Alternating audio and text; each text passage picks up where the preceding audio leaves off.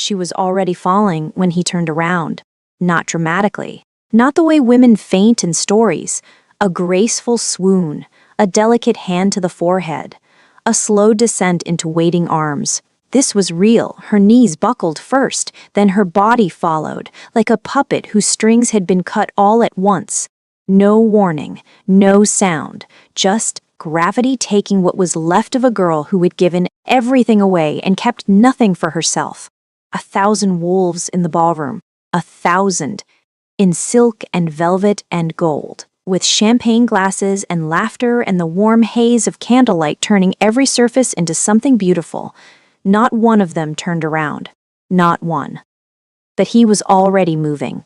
224 centimeters of Alpha King crossing 12 feet of marble floor in 2 strides. No thought, no decision. His body moving before his mind could form the word why. His arm went under her shoulders. His hand caught the back of her head. His knee hit the floor to absorb the weight of her, so she wouldn't feel the impact. She weighed nothing. That was the first thing he registered. Not her face, not her scent, not the bond that was about to detonate in his chest like a bomb. The first thing was, she weighed nothing. A grown woman, 24 years on this earth, and she weighed nothing. His wolf, the one that had been pacing and snarling and clawing at his ribs all night, the one that had been pulling him toward the back of this room like a compass needle dragged toward north, went still, completely still. And then it did something it had not done in 5 years. It recognized her.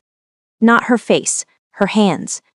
But we need to go back before we can go forward. Her name was Elowen Voss, and she was a battery. That's not what the healers called it. The healers called it vitality transference, the rare ability to move life energy from one body to another, to take your own strength, your own health, your own warmth, and give it to someone else. 1 in 10,000 wolves were born with the gift. Elo had been diagnosed at age 6 when she touched her dying cat, and the cat lived for another 11 years. By age 10, the Grey March pack understood what they had. A girl who could heal anything: broken bones, blood infections, fever, exhaustion, chronic pain. She laid her hands on the wound, and the wound closed, and the cost came from her. Every healing took something. Energy, warmth, weight, time. Small healings cost a headache. Medium healings cost a day in bed. Large healings cost pieces of her that didn't always grow back.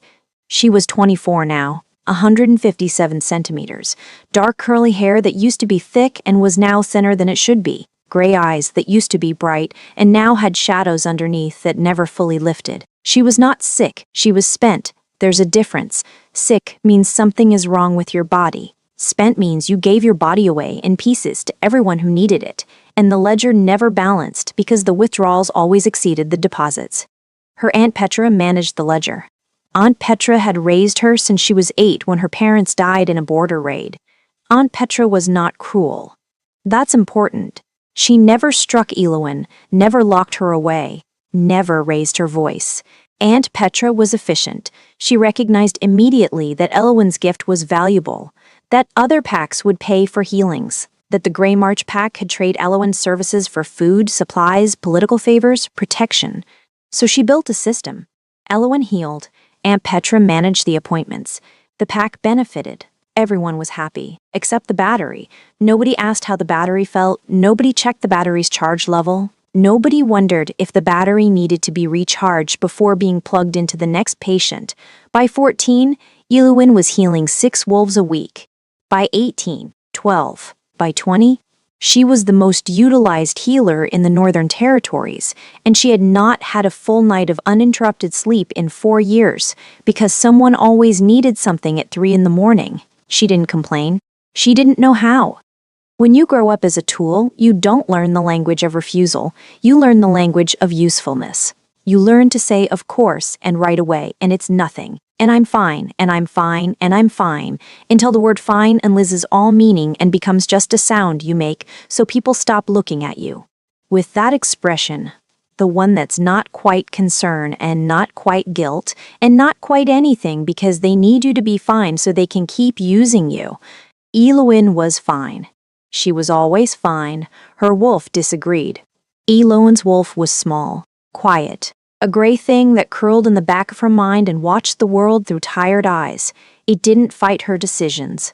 It didn't push back when she healed past her limits. It just endured. The way she endured, patient and depleted and waiting for something neither of them could name. The Alpha King's Winter Ball was the event of the decade, held once every 10 years at a rotating host pack. This year, Greymarch. Every Alpha, every Luna, every wolf of significance in 7 territories would attend. It was political, social, a display of power and alliance, and the delicate web of relationships that held the wolf world together. Aunt Petra received the news 6 months in advance. She immediately understood the opportunity. The king's entourage would include his council, his generals, his allies, wolves from every territory.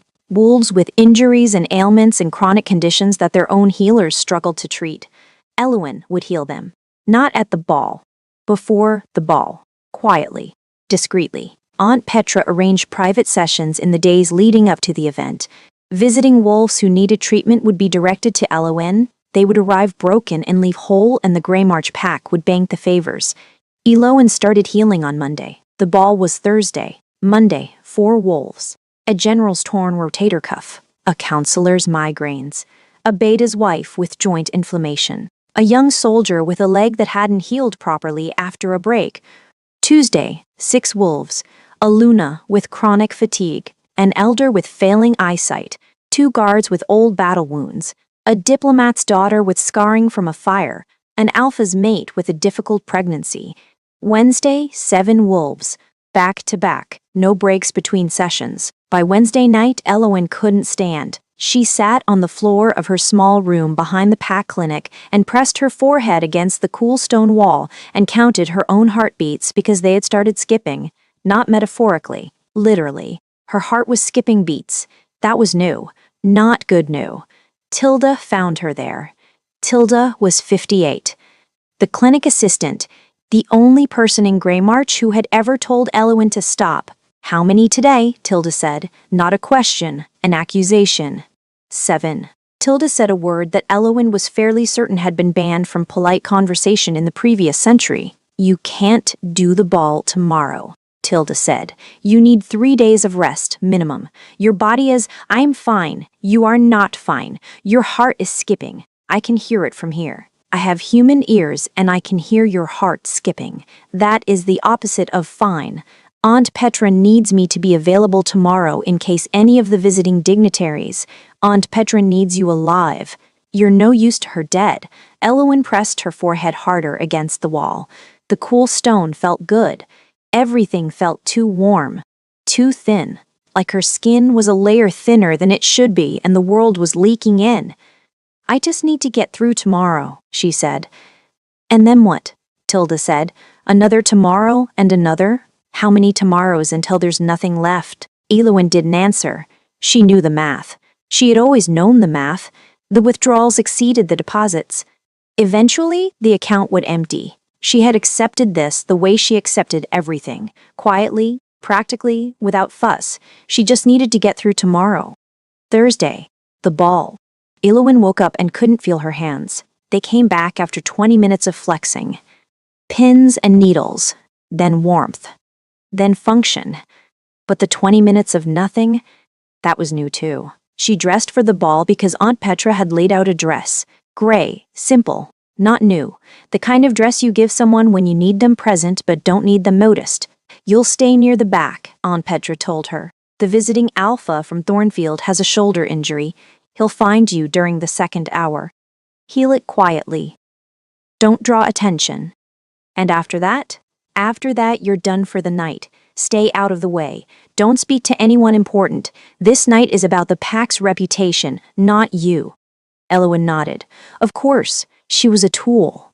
Tools don't mingle. Tools wait in the back until they're needed and then they're put away. The ballroom was transformed. She had never seen it like this. Greymarch was not a wealthy pack, but they had poured everything into tonight.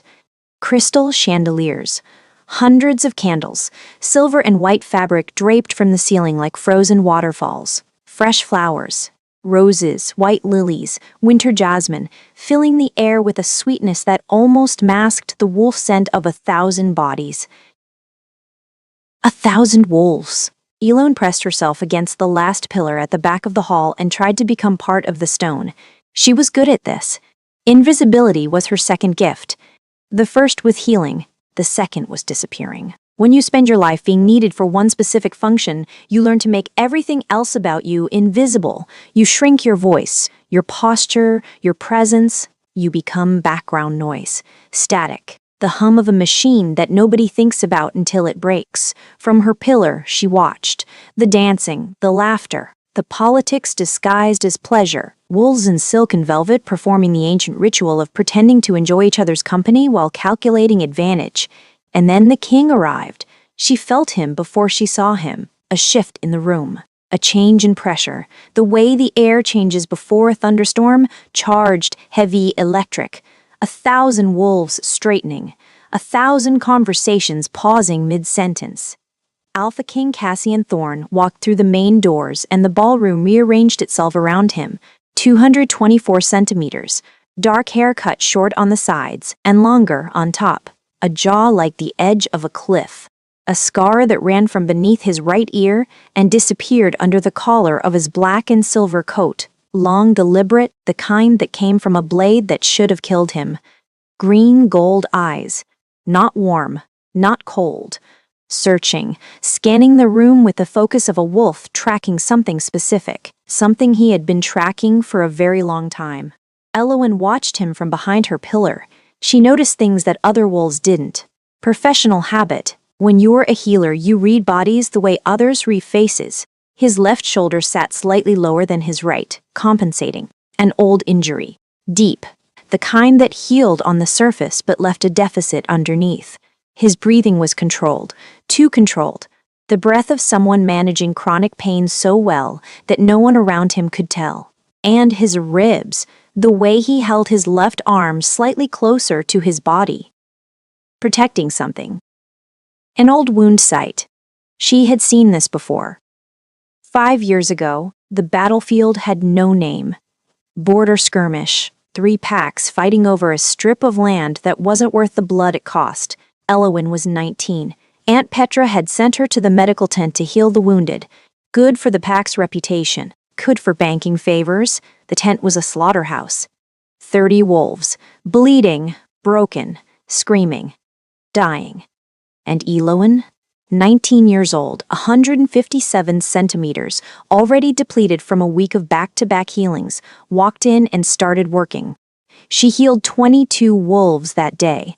22, one after another, pouring herself out like water from a jug that was already half empty, bones knitting, flesh closing, blood stopping, each one costing her something she would not get back. By the 22nd, she could barely see. The edges of her vision had gone gray. Her hands were shaking so badly, she had to press them flat against each patient to keep them steady. The 23rd was dying. She didn't know who he was. His face was covered in blood and dirt. He was massive. Even lying on a stretcher, he seemed to go on forever. The wound was in his ribs, left side. Deep. A blade had gone through muscle and nicked something vital, and he was bleeding internally, and his heartbeat was a slow, irregular thud that was getting slower with every minute. The field medic shook his head. Too far gone. Move to the next one. Elowyn didn't move to the next one. She put her hands on his ribs, and she poured. Not carefully, not measured, not the calculated, rationed healing she had been taught. She emptied herself, everything she had left, every reserve. Every hidden pocket of energy she had been unconsciously hoarding for her own survival. She gave it to a stranger on a stretcher, because his heart was slowing and her hands were already there and she did not know how to stop. The wound closed, his heartbeat steadied, strengthened. The internal bleeding stopped. Color returned to skin that had been gray. He would live. Elowyn's vision went white, then black, then gone. She collapsed on the tent floor beside his stretcher, unconscious before she hit the ground. She woke up 12 hours later in a cart heading back to Grey March. Tilda was beside her, The battlefield was a day behind them. The wolf she had healed was gone. She never learned his name, never saw his face clearly. She remembered only the shape of the wound under her palms and the rhythm of his heartbeat as it came back from the edge. She didn't think about it again. She had more healing to do. There was always more healing to do. 5 years later, the ballroom. Alpha King Cassian Thorne was pacing, not physically, internally. His wolf was pacing, had been since the moment he walked through the doors of this ballroom. Restless, agitated, pulling toward the back of the room with an urgency that made no sense. He had been to dozens of events in dozens of packs. His wolf was always alert, but never like this. Never with this direction, this focus, this singular, desperate insistence that something was at the back of this room and he needed to get to it. He allowed himself to be greeted, allowed to the pleasantries, the bows, the introductions, the endless parade of faces that his wolf dismissed with increasing impatience. Not her, not her, not her. His wolf had been doing this for 5 years. Every room, every crowd, every new face tested against a memory that wasn't visual, it was olfactory, chemical.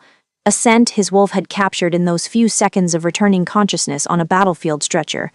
Lavender, something warm and golden underneath. And exhaustion, the scent of someone who had given everything and had nothing left. The hands on his ribs, small hands, shaking, pouring life into him with a ferocity that should not have been possible from hands that small. He had woken up healed. The wound that should have killed him, sealed. And the person who had sealed it, gone. He had searched for 5 years, visited every healer and every territory, described the scent, described the feeling. Nobody matched, nobody came close. His wolf had never stopped looking. And tonight, in this ballroom, his wolf was going insane. The scent was here, in this room, faint, buried under 1,000 perfumes and candle smoke and wine. But there, underneath everything, lavender. He stopped mid-conversation with the Grey March Alpha, turned, looked toward the back of the room. His wolf lunged against his ribs so hard he nearly staggered. There, Elowyn was leaning against her pillar, not leaning, holding on. The Thornfield Alpha had found her during the 2nd hour as Aunt Petra arranged.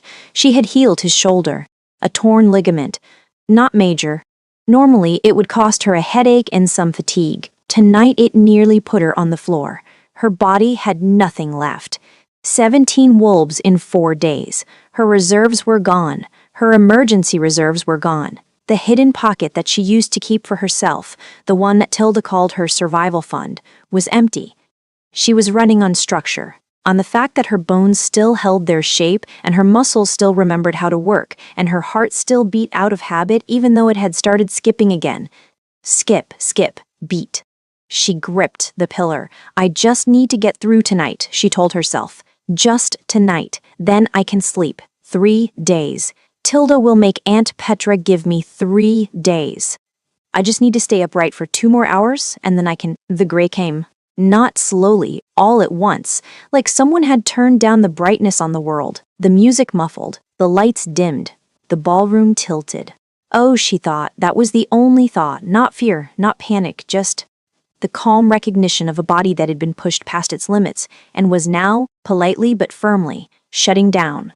Her fingers lost the pillar, her knees unlocked, and she fell, backward, into the space between the last pillar and the wall. The space where no one stood because no one of importance occupied the back of a ballroom at the most important event of the decade. 1,000 wolves, musicians playing, champagne flowing, conversations buzzing. Nobody turned around. He was already moving before she fell, before her knees buckled, before the scent of lavender spiked with something sharp and wrong that his wolf identified instantly as distress. He was moving, 12 feet, 2 strides, his body outpacing his understanding, his wolf driving him like a machine with a single purpose. His arm went under her shoulders. His hand caught her head. His knee hit the marble floor. She settled into his arms with the weight of a bird. 157 centimeters of healer with dark curly hair and gray eyes that were closed now and shadows under those eyes that told a story of years of depletion that made his wolf snarl.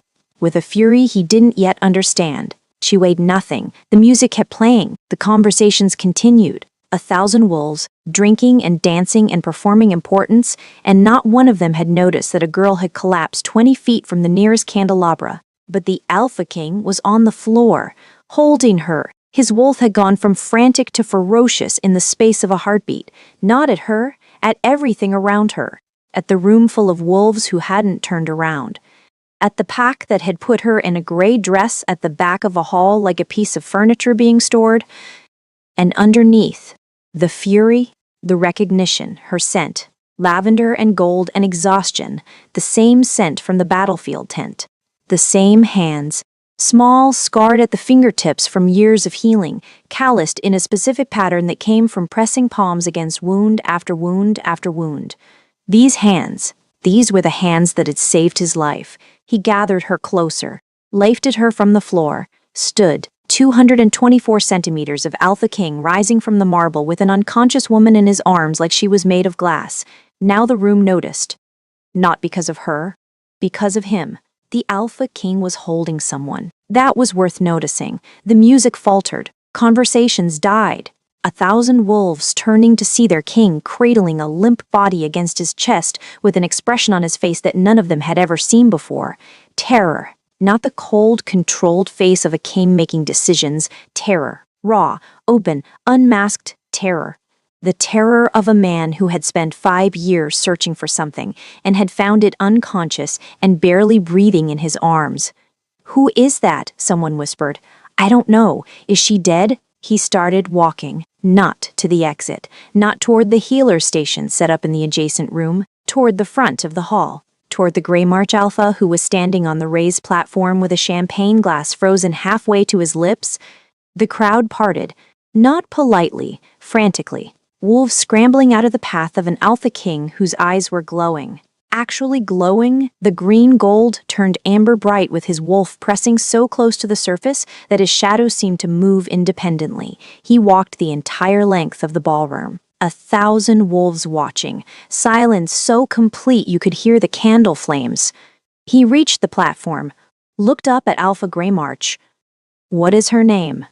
Not a request, a command. Alpha Greymarch looked at the woman in his arms, stared, blinked, stared again. I think that's... He turned to his Luna. She was standing beside him with a face that had gone rigid. "The healer," his Luna murmured. "The one Petra manages." Alpha Greymarch swallowed. "The healer. Elowyn, boss. What is wrong with her? I'm not sure. She may have overtaxed herself. She's been healing visiting wolves all week in preparation for how many?" Alpha Greymarch didn't answer. Cassian's voice dropped. It didn't get louder. It got deeper. The kind of deep that vibrates in the chest cavity of every wolf in hearing range and makes their knees want to bend. "How many wolves has she healed this week?" "Petra?" Alpha Greymarch said, his voice cracking. Petra would know. Aunt Petra appeared from the crowd, tall, gray-haired, the efficient posture of a woman who managed resources well and had never once considered that the resource might object. "Your Majesty."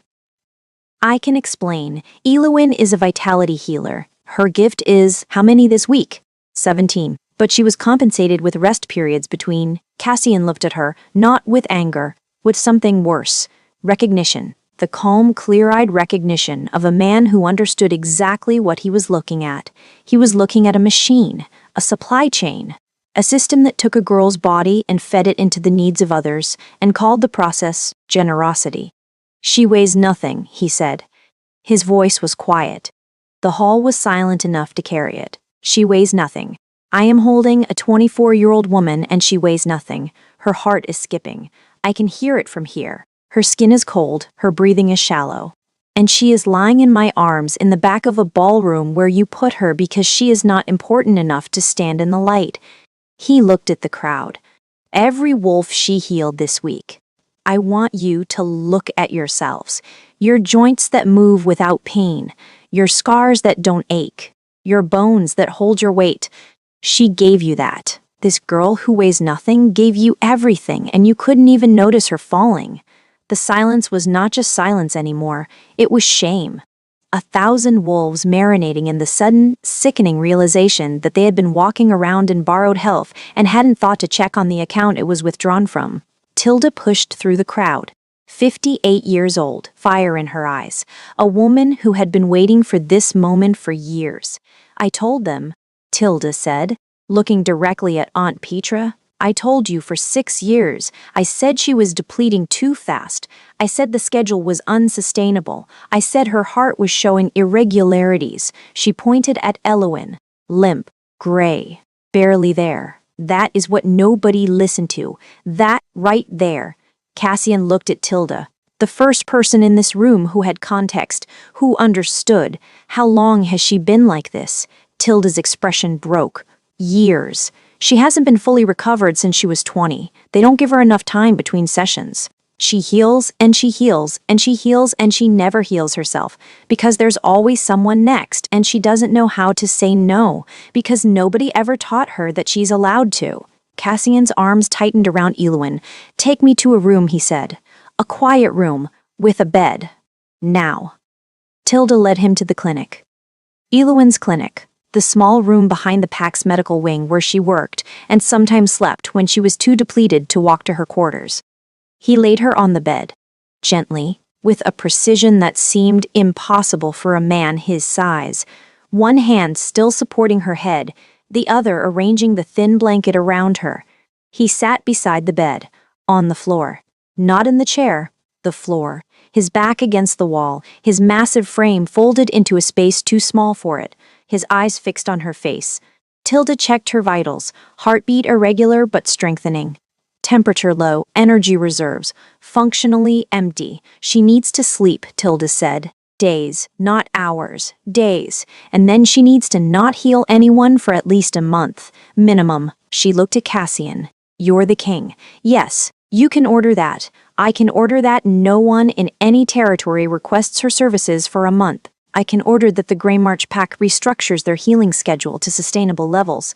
I can order that Petra's management of Elowin's gift is subject to oversight.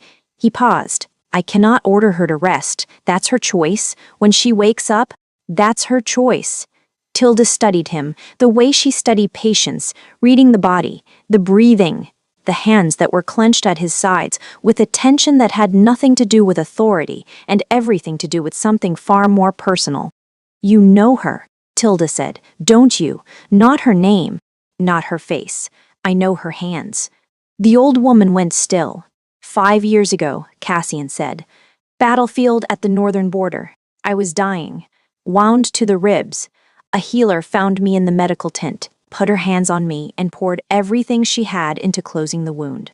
I woke up healed. She was gone. He looked at his own hands. Massive. Scarred from war. I have spent 5 years searching for the hands that saved my life. My wolf has never stopped looking, not for a day, not for a moment. His green-gold eyes moved to Elowin's face, the dark curls on the pillow, the shadows under her eyes, the gray dress that seemed to absorb light instead of reflecting it. I found her collapsing in a ballroom, he said, while 1,000 wolves danced on the health she gave them. Tilda sat down in the chair. For a while, neither of them spoke. She woke up at dawn. Gray light. Unfamiliar ceiling. Her clinic. The smell of antiseptic and linen and something else. Pine, iron, something deep and grounding. She turned her head. He was on the floor. The alpha king of 7 territories was sitting on the floor of her clinic with his back against the wall, and his long legs stretched out and his head tilted back and his green-gold eyes watching her, with an expression she had never seen directed at her before. Attention, not need, not can you heal me, not I require your services, pure, undivided, unwavering attention. The attention of a man who had been watching her breathe all night and intended to keep watching until she told him to stop. She blinked. You caught me, she said. Her voice was a rasp. Thin. Yes, in the ballroom. Yes, I fainted. Your heart was skipping beats. Your energy reserves were empty. You had healed 17 wolves in 4 days and attended a ball the same night. You didn't faint. Your body made a decision that you refused to make for yourself. It stopped. She stared at the ceiling. How long was I out? 12 hours. Tilda says you need days. Plural. She started to sit up. I have appointments. The Thornfield delegation needs a follow-up, and Petra said, Petra has been informed that you will not be healing anyone for 30 days. She went still. What? 30 days. Minimum. I've issued a formal directive as Alpha King. No wolf in any territory is to request your healing services for 1 month. Any pack leader who violates this will answer to me personally. She stared at him. You can't do that. I can. I did. Approximately 6 hours ago. You don't even know me. He was quiet for a moment. The kind of quiet that has texture. 5 years ago, he said. Northern border. Medical tent. You healed 22 wolves and then you put your hands on a man who was dying and you gave him everything you had left. You collapsed on the floor beside his stretcher. Elowin's breath stopped. I was the man on the stretcher. The room was very quiet. She stared at him, at the scar that ran from beneath his ear and disappeared under his collar. At his left side where he held his arm slightly closer to his body, she knew that wound. She had held it closed with hands that were shaking so badly she had to press her entire body weight into them. She had felt the edges of it knitting under her palms. She had poured herself into a stranger because his heart was fading and she didn't know how to let someone die when her hands were right there. That was you, she whispered. My wolf woke up when I was being carried from the tent. You were already gone. I didn't know your face. Didn't know your name. All I had was your scent and the memory of your hands. He lifted his hand, held it up. Massive, scarred. I have searched for 5 years. Every healer in every territory, every medical tent, every clinic. My wolf has tested the scent of every woman in every room I've walked into for 5 years. Not a flicker. Not a match. His green gold eyes held hers. Until tonight, when I walked into a ballroom and my wolf nearly tore me apart trying to get to the back of the room, where a girl in a gray dress was leaning against a pillar trying not to collapse. Elowin's eyes blurred. Tears that she didn't have the energy for, but that came anyway. I was doing my job, she whispered. That's all. I heal people. That's what I do. You were dying and I was there and you gave me everything. His voice cracked. For the first time. The controlled king's voice splitting open to show what was underneath. I have read the medical reports, the field medic's notes. He wrote that the healer who treated me was found unconscious with a core temperature so low they thought she was dead. She gave everything. There was nothing left. He leaned forward. You almost died saving me. And then you went home and healed 6 more wolves the next week and 6 more the week after that, and you never stopped, and nobody ever stopped you. And nobody ever said, Elowin, you are giving away too much. You need to keep something for yourself. She couldn't speak. Because he was right. Nobody had ever said that. Not Aunt Petra. Not the pack. Not the patients who came and took and left and came back for more. Not even Tilda. Tilda who loved her. Tilda who worried. Tilda who brought her soup and extra blankets. Even Tilda had never said the words that simply, you need to keep something for yourself. Nobody had ever thought she had something worth keeping. I'm going to say it now, Cassian said, and I need you to hear it. Not as a king. Not as the man whose life you saved. As the wolf who has been searching for you for 5 years. He moved from the floor to the edge of the bed. Slowly, the way you move towards something fragile. He sat beside her. Didn't touch her. You are not a resource, he said. You are not a tool. You're not a battery that exists to be drained by everyone who needs power. You are a woman. A whole, complete, valuable woman. And the fact that you can heal others does not mean you are obligated to destroy yourself doing it. His jaw clenched. The world took your gift and turned it into a job and worked you until your heart skips and your body weighs nothing and you faint in ballrooms and nobody notices. And you have accepted this. You have accepted this because nobody taught you that you are allowed to have boundaries, that you are allowed to say no, that your life has value beyond what it can give to others. His hand moved, hovered over hers, didn't touch. Asking, your hand saved my life, he said. Let me save yours. She didn't take his hand, not because she didn't want to, because she had never been offered a hand that wasn't attached to her request, Every touch in her life had been transactional. Hands reaching for her because they needed healing. Arms around her because she was useful. Aunt Petra's hand on her shoulder, meaning you have an appointment. A hand offered with nothing attached. She didn't have the muscle memory for it. Why, she said. He blinked. Why do you care? You're the Alpha King. You have healers. Staff. A kingdom. You don't need to sit on the floor of a clinic in a pack you're visiting for one night over a girl who fainted at a party. Because my wolf has not rested in 5 years, he said. Because I've walked into every room searching for your scent and walked out empty. Because the night you healed me, you left a handprint on my ribs that never faded. Not the scar. Something underneath. Something my wolf feels every time it breathes, like a thread connected to something it lost and couldn't find. He looked at her, because you fainted tonight and nobody turned around. And that is the single worst thing I have ever witnessed. Worse than the battlefield, worse than the wound. 1,000 wolves in a room, and the one who had given the most was the one nobody saw. His voice dropped to barely a whisper. I saw you. Eloin's chest broke open. Not the healer's chest. Not the tool, not the battery, the girl. The 24-year-old girl who had been performing usefulness since she was 6 and had never once been told that her existence mattered independent of her output. Tears rolled down her temples into her hair. She couldn't wipe them. Too tired, too empty, too full of something she didn't have a name for. She reached for his hand. Slowly, her small, scarred fingers finding his massive ones. The size difference almost absurd, her hand disappearing into his palm like a coin into a pocket. The bond ignited. Gold. Bright. A thread of warmth connecting her chest to his with a force that made the candles in the room flicker. His whole body shuddered. There you are, he breathed. 5 years. Every room. Every crowd. There you are. She laughed. Wet, broken, exhausted. I'm very tired, she said. I know, and I think my heart is still skipping. I know. I've been counting. It's stabilizing. You counted my heartbeats? All night. Everyone. She closed her eyes, tears still falling, his hand warm around hers. Nobody's ever counted my heartbeats before. I'm going to count every single one for the rest of your life, he said, and if any of them skip, if any of them falter, the world stops until they're steady again. Do you understand? She tightened her grip on his hand. I don't know how to stop healing people, she whispered.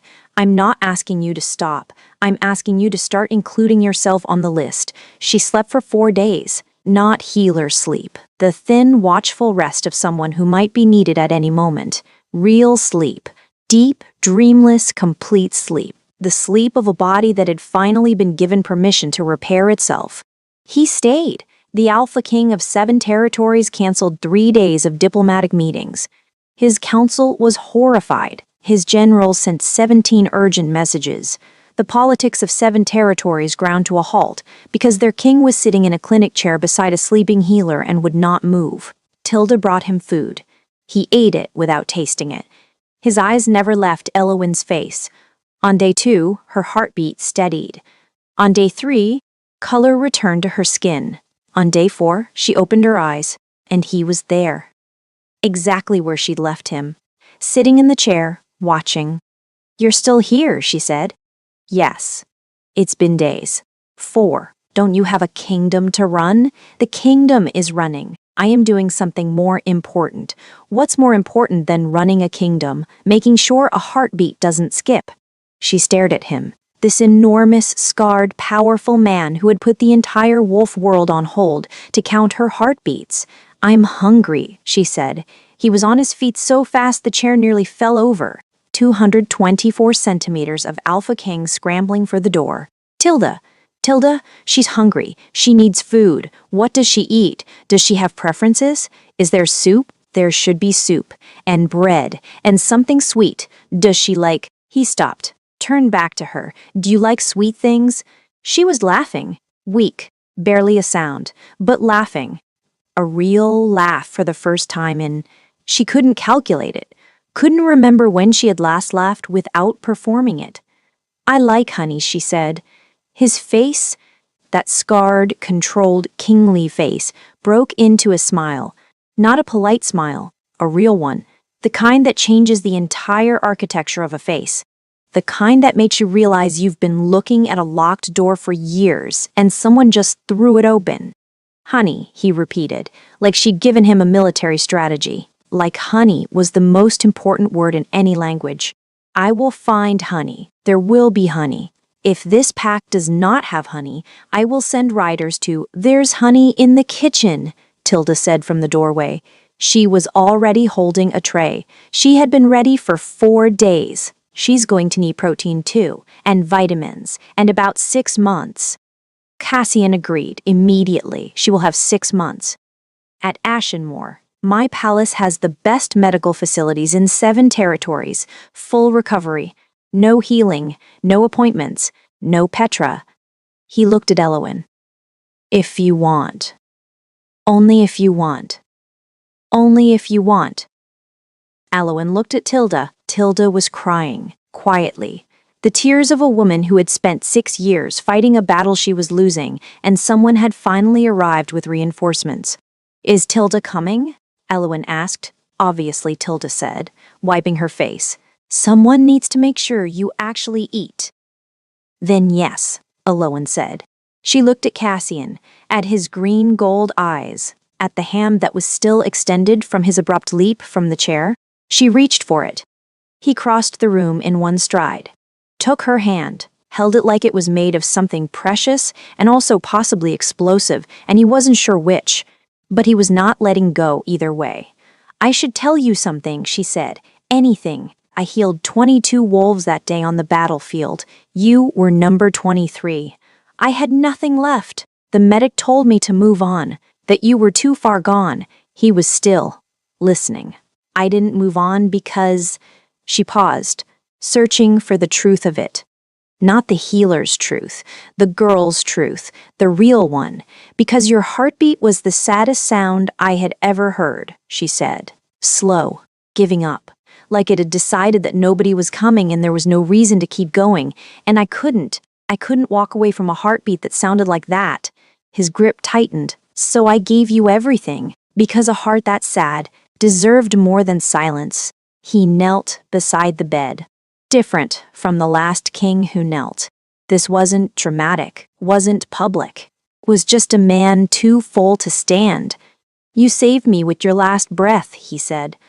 And I am going to spend every day of my life making sure you never have to give your last anything again. Not your last breath, not your last energy, not your last ounce of strength. You will never be empty again, I swear it. She touched his face, small hand, scarred fingertips, the healer's touch, but for the first time, not healing, just touching, just feeling the warmth of another person's skin because she wanted to and not because they needed something from her. His eyes closed, and his wolf, the one that had searched for 5 years, the one that had paced and howled and dragged him to the back of every room, settled, like a guard dog finally allowed to lie down. Like a compass needle finally pointed north. Like something that had been holding its breath for half a decade exhaled. The bond hummed between them, warm, steady, gold. She recovered at Ashenmore, 6 months. No healing. Doctor's orders backed by a king's decree and Tilda's willingness to physically block any wolf who came within 10 feet of Elowen with a request. Her body rebuilt itself. Weight returned. Color, warmth, her hair thickened, her eyes brightened, her heartbeat steadied into a rhythm so consistent that Cassian could set a clock by it, and he knew because he still counted every beat. She discovered things about herself that had nothing to do with healing. She liked painting, she liked horses, she liked the palace library where the shelves went up 3 stories, and the chairs were big enough to disappear into with a book and a cup of honey tea. She liked arguing with Cassian about policy. He liked being argued with. Nobody argued with the Alpha King. Elowen argued with him about tax structures and border patrol schedules and the allocation of medical resources to outlying territories, and he sat across from her with his chin in his hand and his green gold eyes bright and listened to every word. When she did heal again, she healed differently. Boundaries, limits, A schedule that Tilda approved and Cassian enforced, and Elowen was slowly, painfully learning to enforce for herself. 3 patients a week, maximum, with 2 days of rest between sessions, and after every healing, Cassian would find her. Wherever she was, library, garden, kitchen, he would find her and sit beside her and hold her hand and count her heartbeats until they were steady. Every time, she told him. You don't have to do this every time. Every time, he said. Every healing. Every heartbeat. Until I'm sure. I'm strong now. I've recovered. My heart doesn't skip anymore. I'm still counting. The bonding ceremony was held in the library. Her choice, not the ballroom. Not the great hall. The library. Where the light was warm and the shelves held 1,000 stories and the chairs were big enough for 2 people if one of them was 157 centimeters and the other was willing to be. A chair. Cassian was willing to be a chair. The vows were theirs. I spent my whole life giving, she said. Giving health. Giving energy. Giving my body to everyone who needed it. And I thought that was love. I thought love was emptying yourself for others. Draining the battery until it dies. She held his hands. You taught me that love is not emptying. Love is filling. Love is someone counting your heartbeats at 4 in the morning because they need to know you're okay. Love is someone canceling 3 days of diplomacy to sit in a chair and watch you sleep. Love is someone looking at the back of a ballroom when everyone else is looking at the front. His turn. I was dying on a stretcher, he said. Your hands found me. You gave me everything you had, and then you disappeared. For 5 years I searched every room for the scent of lavender and gold. He looked at her. I found you falling.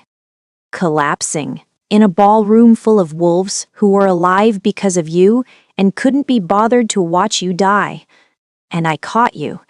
Not because I'm a king, not because of the bond, because your heartbeat was the same sound it was on that stretcher. Slow, giving up. Deciding that nobody was coming, his jaw tightened. I was coming. I was always coming. It just took me 5 years to find the room. The marks were exchanged. The bond blazed. And Tilda, standing in the front row with a handkerchief she had already soaked through, said, About damn time. They say she fainted at the back of the ballroom and no one noticed. That's the story the world tells. But the world is wrong. She didn't faint because she was weak. She fainted because she had given 17 healings in 4 days and attended a ball the same night because someone told her to, and she had never learned the word no. She fainted because the world had been withdrawing from her account for 18 years and nobody had ever made a deposit. She fainted because she was the most generous person in the room, and generosity without boundaries is just a slow way of disappearing. No one noticed, someone noticed. Someone had been searching for 5 years. Someone's wolf had been testing the air of every room in 7 territories. Someone walked into that ballroom and felt a pull toward the back wall where the light was dim and the girl was gray and the heartbeat was skipping. He caught her before she hit the floor.